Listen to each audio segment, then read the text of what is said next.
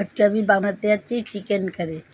আদা রসুন পেঁয়াজ কুচি আলু কুচানো মাংসটাকে প্রথমে নুন হলুদ মাখিয়ে ভালো করে হলুদ দিলাম, এবার নুন দেবো, দিয়ে মাংসটাকে মাখিয়ে রাখবো।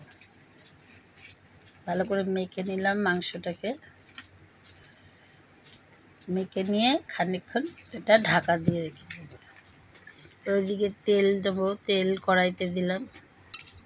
কড়াইতে তেল দেওয়ার পরে তেলটা গরম হলে আলু কুচানোগুলো দিয়ে দিলাম, দিয়ে আলুগুলোকে একটু নুন হলুদ দিয়ে সামান্য একটু নুন হলুদ দিয়ে ভেজে নেব লাল লাল করে।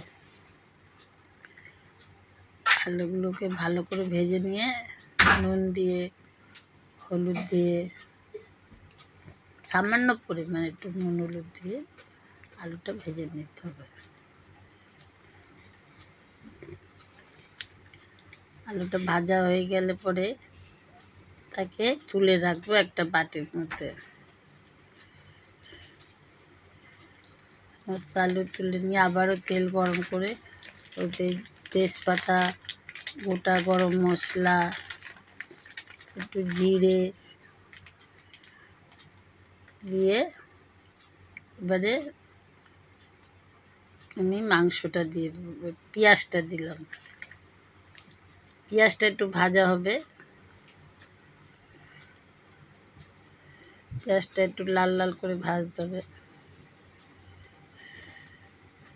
আর পেঁয়াজটা যত ভাজা হবে সেন্টটা ভালো বেরোবে। পেঁয়াজ ভাজা হলে টমেটো কুচিয়ে দিলাম, টমেটোটাকে দিয়ে একটু নেড়ে চেড়ে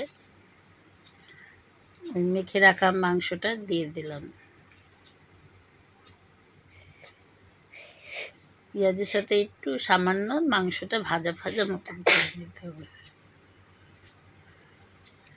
তারপর এদিকে মশলাটা আমি রেডি করব।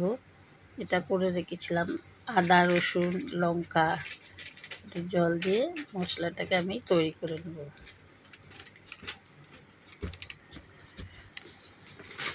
মশলাটা তৈরি হয়ে গেছে আপনার, এবার ওটা ঢেলে দিলাম মাংসের মধ্যে।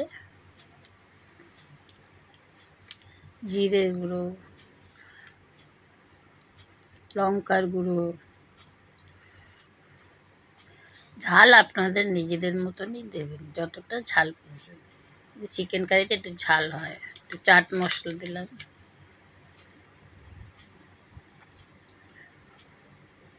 চিনি দিয়ে মাংসটাকে কষিয়ে সমস্ত ভালো করে মশলাটাকে কষিয়ে আলুটাকে দিয়ে দিলাম। এবার আলুটার সাথেও মশলা আর মাংস সমস্ত কিছু একত্রিতভাবে ভালো করে কষে নিয়ে নেব। মাংস কষা হয়ে গেলে জল ঢেলে দিলাম। এটা তো সিদ্ধ করতে হবে, জল ঢেলে দিলাম। জল ঢেলে ভালো করে এটাকে নেড়ে চেড়ে চাপা দিয়ে রাখতে হবে, লো আছে চাপা দিয়ে রাখলে তাড়াতাড়ি সিদ্ধ হয়। তৈরি হয়ে গেছে আমার।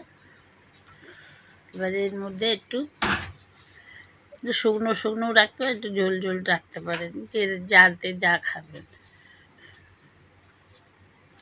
এতে আমি গরম মশলা দিলাম নামানোর আগে। গরম মশলা দিয়ে এই যে তৈরি হয়ে গেছে আমার চিকেন কারি।